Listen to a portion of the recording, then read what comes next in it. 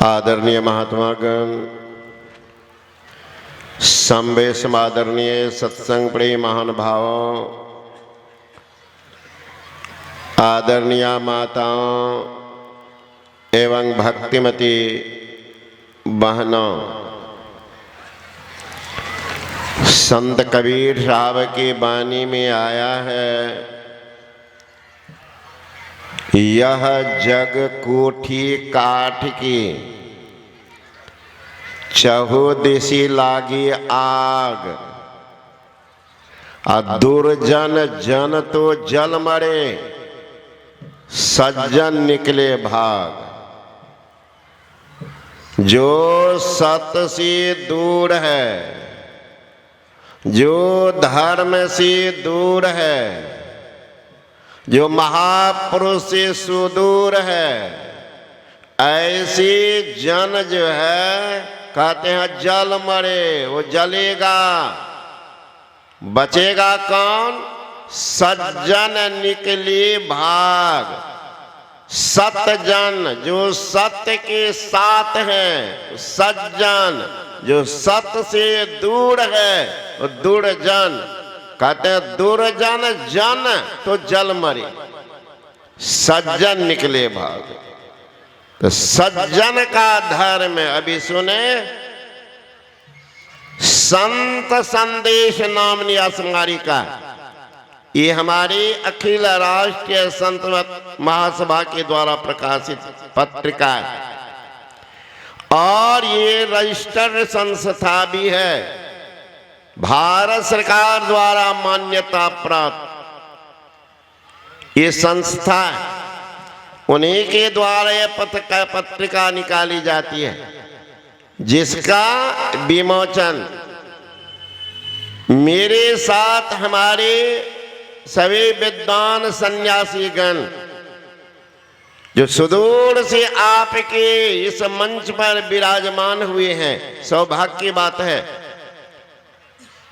कहाँ दुमका, साहेबगंज, रांची, कहाँ से जमुई, नेपाल आदि से लोग आए हुए महात्मा है। लोकेशानंद उर्फ लक्ष्मण बाबा नेपाल के रहने वाले हैं और आपकी संस्था का सहयोग भी करते हैं और सैकड़ों लोग उनके साथ भी है। तो ऐसे से बहुत महापुरुष भागलपुर तो कहाँ के लोग आए हुए हैं। सबों का आशीर्वचन आपकी पत्रिका साथ देखे सबके हाथ। इसलिए महासभा ने निर्णय की है कि पत्रिका आज इसकी जो भी कीमत है उससे 11 रुपये की छूट के साथ पत्रिका मिलेगी। 11 रुपया छूट के साथ पत्रिका आप प्राप्त कर सकते हैं काउंटर पर जाकर के। तो संतों का संदेश, पत्रिका नाम है संत संदेश, माने संत क्या कह गए हैं, संत का विचार क्या है, संत कौन है जिनके ज्ञान का प्रचार हो रहा है, जिनके ज्ञान का प्रचार संत लोग कर किए और उन्हीं का पद चिन्ह लेकर हम लोग भी चल रहे हैं। अपना कोई मत नहीं है। जो महापुरुष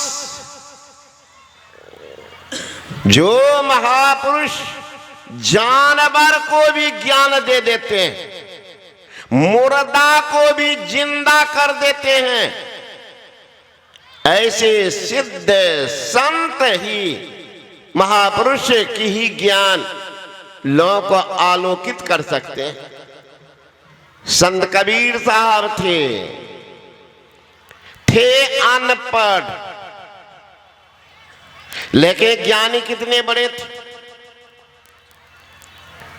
उस समय में एक सर्वचित, सर्व विद्वता से विभूषित सर्वाजीत नाम करके विद्वान थे। पूर्व में उनका नाम था विद्याधर।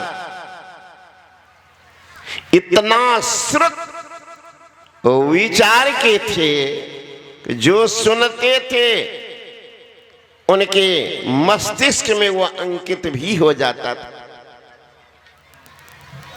अंकित होता था। तो सर्व जीत जो पहले विद्याधर इतना ज्ञान अर्जन किया तो लोग कहने लगे विद्याधर नहीं विद्यासागर,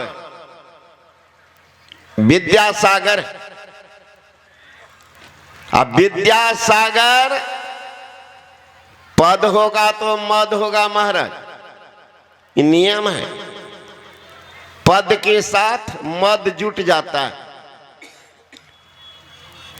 अब मद जिनको आते तो कंचन कामनी को साथ ले आते। राजा महाराजा की जीवनी पढ़ी तो विद्यासागर के मन में आई बात, लोगों को जनाना चाहिए कि मुझे कितना ज्ञान है। तब शास्त्रार्थ करे तो हारात, शास्त्रार्थ के हारात। अब उनका नाम सर्वजीत हो गया। मां के पास जब आता तो मां बोलती रे विद्याधर ये काम भई बाकी। एक दिन व्यथित स्वर में बोला, मैया तुम बड़ी भोली भाली हो, मैया मैया तुम बड़ी भोली भाली हो। दुनिया मुझे सर्वजीत कहने लगी, तुम पुराना नाम को ढो रही हो, वो नाम तो कब पीछे छूटा।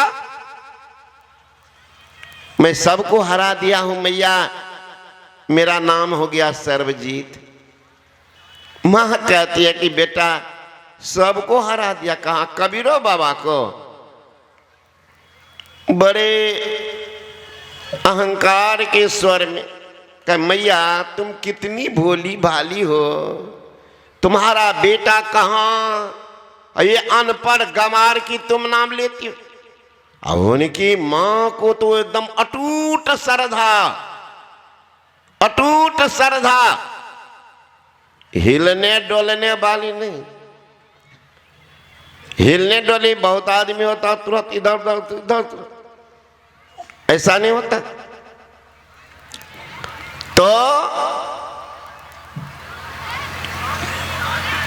मैया कहती है, कहां बेटा उसी अनपढ़ को हरा न दो। अब बार बार किसी बात का आप निरूपण कीजिए तो उत्सुकता बढ़ती है, देखने की भावना प्रबल होती है। सोचने लगा विद्वान तो था ही कि मैया बार बार कहती कबीर को हराओ, कबीर को हराओ। चलो हो न हो कुछ दम होगा बाबा जी को। बैल पर लाद लिया पुस्तक, बैल पर पुस्तक लाद करके चला। कबीर की कुटिया अभी थोड़ी दूर, दो पन भरनी पानी भर रही थी कुआं पर। इनके आव भाव को देख करके पन भरी आपस में मजाकिया लिहाज में बोलने लगी कि सखी जानती हो ये मोटा बुद्धि वाला अहंकारी लगता है कबीर बाबा के यहां जा रहे हैं, कबीर बाबा के यहां जा रहे हैं। तो ये तो सुन ही लिया, सुन लिया तो बैल को खड़ा करके चला गया कुआं पर। बोलता है कि बहन जी कबीर बाबा को जानती हो? कहा जानती हो, बढ़िया से जानती हो। तो कहाँ रहते हैं? पनभरनी कहती है कबीर का घर शिखर पर, जहां सिलहिली गल अपन टिके पपील का अब पंडित ला दो बैल, कपाट मस्तिष्क का तो नस झंकृत हो गया। ये पन भरनी करी कबीर का घर शिखर पर। कौन शिखर? इतर मंजिला ऊपर में कबीर का घर शिखर पर, जहां से ली गैल चीटी का नहीं पौट के राई न ठहराए। जहां चीटी का पैर नहीं टिकता है, राई नहीं ठहरती है ना। अब पंडित तुम ये बैल लाद करके जा रहे हो मोटा बुद्धि लेकर। समझा, लगता है कबीर को में दम कुछ है।